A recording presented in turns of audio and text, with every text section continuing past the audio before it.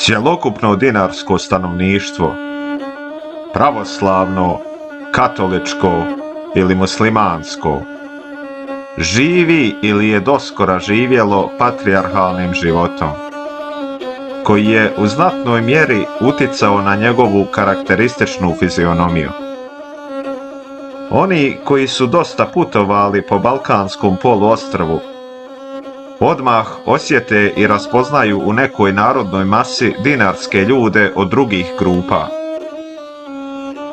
Na njima su najbolje izražene sve osobine zapadnih i južnih Slovena. One su kod njih dubljega smisla i nacionalnije.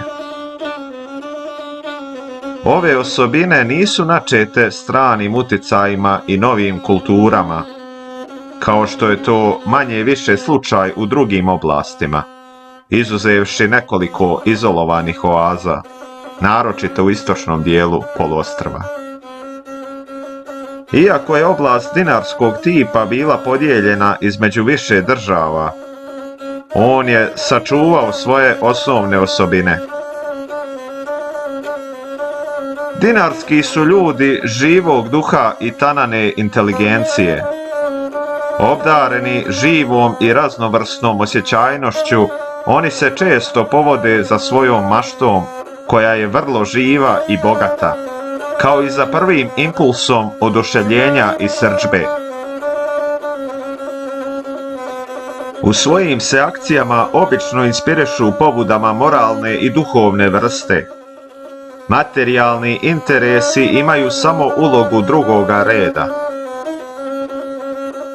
Da bi se izazvala najveća suma njihove snage, treba dirnuti u njihovu osjećajnost, osjetljivost, u njihov individualni i nacionalni ponos. Treba istaći pitanje časti ili ideal pravde ili slobode.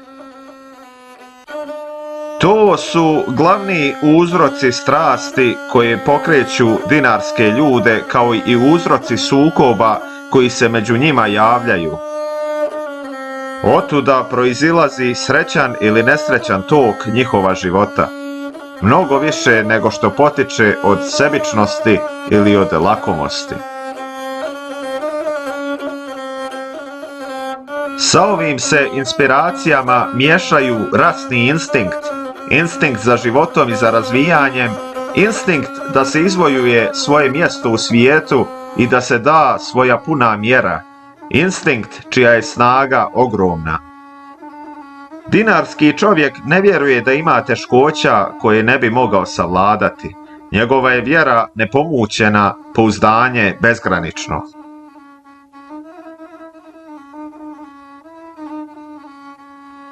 Pored ovog jakog idealizma ima i jedna tradicionalna crta, jedna od bitnih crta narodne duše.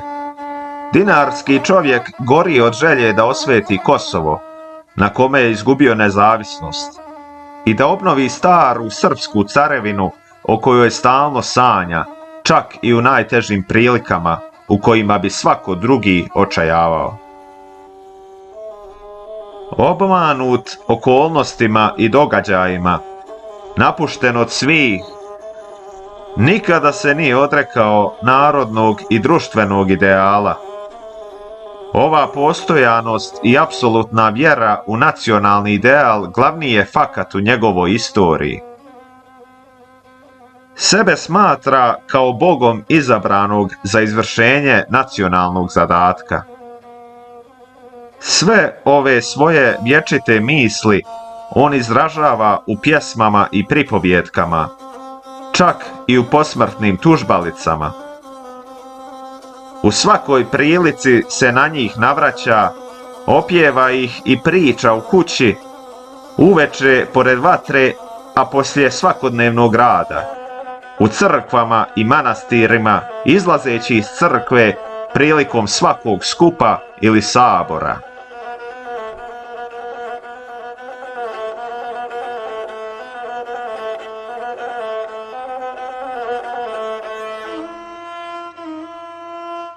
Zbog toga su gotovo neograničeni duh požrtvovanja i samoodricanja. U toku istorije dinarski su se ljudi žrtvovali do iscrpljenja cijeloga naroda.